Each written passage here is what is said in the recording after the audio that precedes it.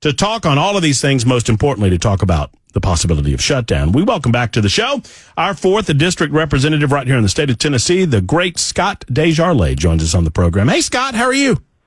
Hey, good, Matt. How are you? I'm doing well. Long time no talk. You everything going well in the 4th District? The 4th District is great. Washington, not so much. Well, it is the epicenter of the universe, and if you don't believe me, ask anyone in the bureaucracy or the deep state, and they'll tell you such. I believe it's part of the reason that they freak out so much over a shutdown. I understand a shutdown can have some negative impact on citizens in the state of Tennessee. Largely, those folks are always made whole at the end of a shutdown. Tell me where you are in the specter of a shutdown, and if you believe that it is almost a fait accompli at this point, Scott. I believe if the Republican Party can pass a continuing resolution, which I've never voted for in 13 years, that attaches significant border security, then that's a winning message. And if we shut down for a month and we hammer home the fact that we cannot continue with the border as it is, then I think it's a winning message and puts a lot of pressure on the Senate and the House Democrats to do something about this invasion that's taking place. So the idea there is you keep the different spending packages separate, the 12 spending packages separate. Is that right? Well, we can't get all 12 done before the end of the month. We're going up tomorrow. We're going to start with 4 appropriations bills. We tried to pass the defense bill last week, but there's a handful of people that brought down the rules, so we weren't able to bring that to the floor. There's a new strategy to try to pass 4 of the 12 this week. That still doesn't get it done, so we would have to have a continuing resolution. Problem in the House is there's about 7 folks, or maybe 9, that will not vote for any CR, even if it attaches border security. So we're kind of stuck in this circular firing squad right now. Again, I get people who don't want to vote for a CR. I haven't voted for one. I will this time if we can focus on the border, because I think it's that important. But my fear is that we don't even have the votes as a... What's likely to happen is the Senate, and you've seen Chuck Schumer's already sending a package over to the House that he thinks would pass if Kevin McCarthy puts it on the floor with some Republicans and Democrats, and that would be a clean CR, and it would keep the government open.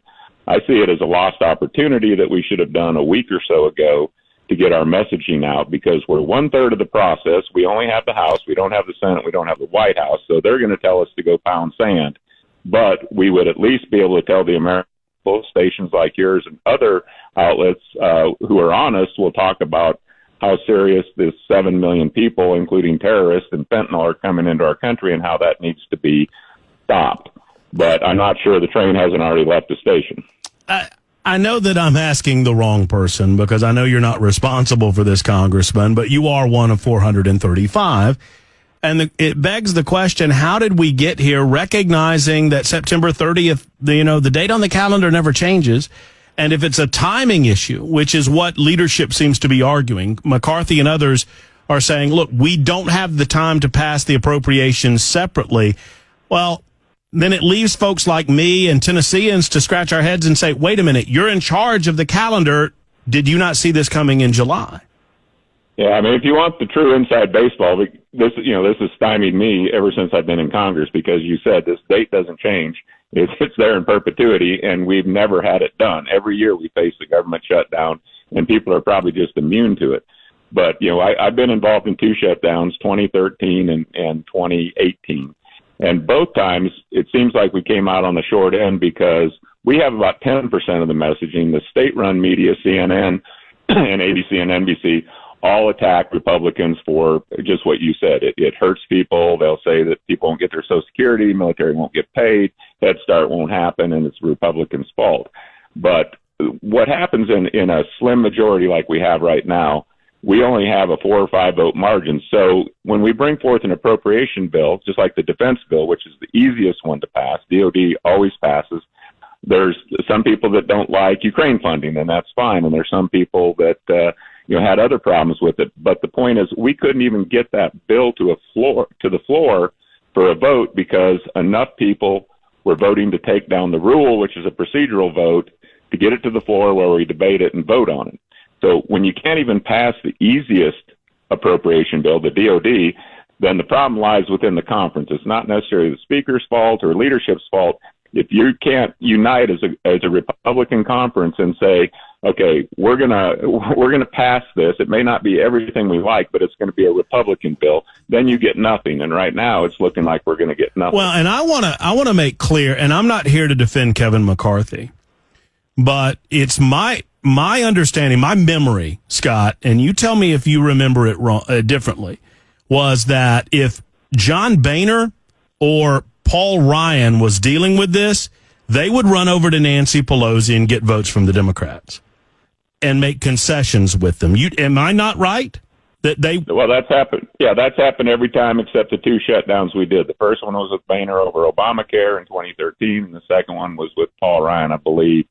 And gosh, I can't even remember what that was. But the point is that to his credit, and some of the hardliners don't want to.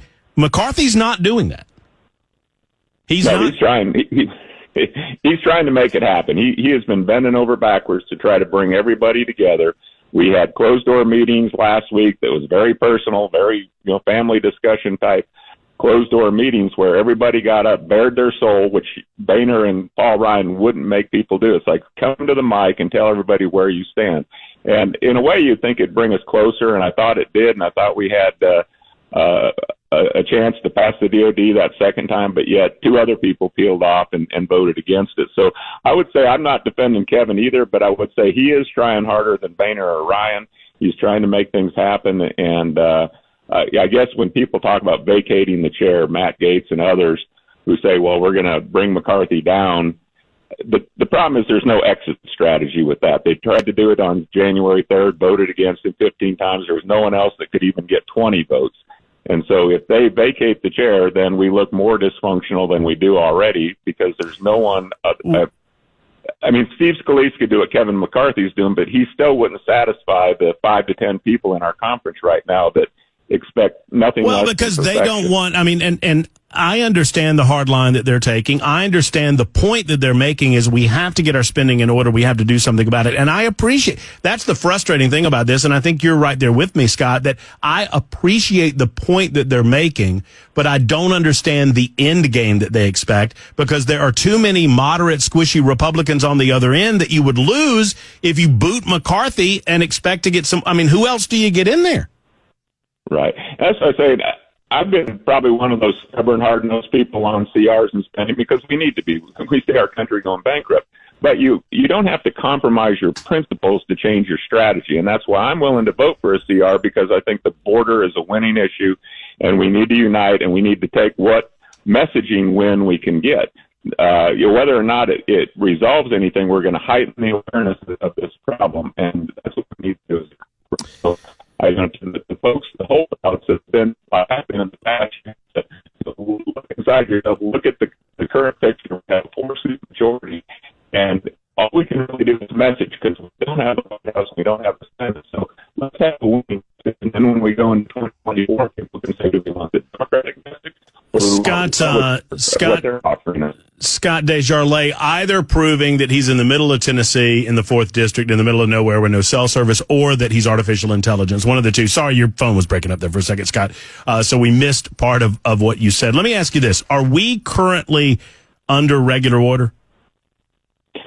We are currently under regular order, but it can vary in a hurry based on rules. Because what I've been told is that part of what has quagged the process, part of it is, we don't look at a calendar, and once again, many will suggest that I'm defending McCarthy here. I'm just observing part of what is quagging this up is that as we are under regular order, members such as yourself have the opportunity to offer amendments on the floor, and you have 12 appropriation bills, but the count that I heard earlier this morning was you have over 400 amendments on those that all have to be debated. That's correct. So that's going to slow the process down. And there's seems to be all finger pointing going from the hardliners toward McCarthy, and no one's asking the hardliners the question, what responsibility do you have in this in slowing the process down to the point that we can't get it done? Yeah, and I think you're right. You have to have, again, that situational awareness of what is possible. And right now there's people asking for the impossible. We have to take the win that is in front of us, and that's a messaging win on the border. And so it may be too late to see that goal achieved, but, we still got a week to fight, and we'll see what happens. Are you guys up there next weekend, throughout the weekend, do you think? I'm guessing we'll be there through the weekend. So, we obviously need to stay until we get it done. So unless there's some kind of breakthrough, there's a chance that there'll be a procedural vote with the Democrats to pass clean CR. And if that happens, then, we lost an opportunity because of infighting, and that's not a good look. And final thought on the concept of everything breaking down. Was it a tactical mistake for the speaker to recess and allow members to go home during August? Yeah. Well, August has been a traditional recess for as long as I know, but yes, it probably was. It wasn't just August. We were really out for almost 6 weeks, and I think that there was some lost opportunity. Representative Scott DeJarlais, always good to catch up with you. Thank you for being with us, and we'll talk again very soon. Take care.